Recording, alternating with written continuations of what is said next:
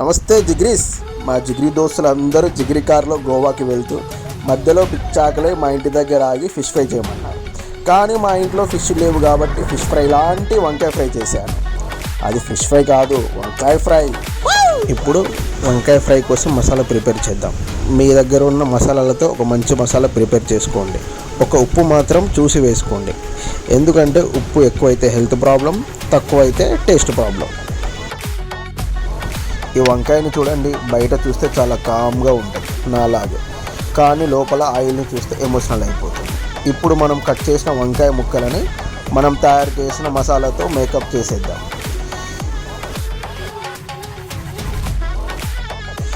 ఈ వంకాయని కలుపుతుంటే చాలా పేషెన్స్ కావాలి, ఎందుకంటే ఇదే ఆలోచిస్తుంది నేను ఫ్రై అవ్వాలా కర్రీ అవ్వాలా అని. మన జిగ్రీ దోస్తుల కోసం వేడి వేడి చేప ఫ్రై రెడీ. సారీ వంకాయ ఫ్రై. ఇప్పుడు ఇది అన్నంలో కలుపుకొని తింటుంటే నోట్లో కరిగిపోవాల్సిందే, అచ్చం చేప ముక్కలాగే. Yeah, it's yummy.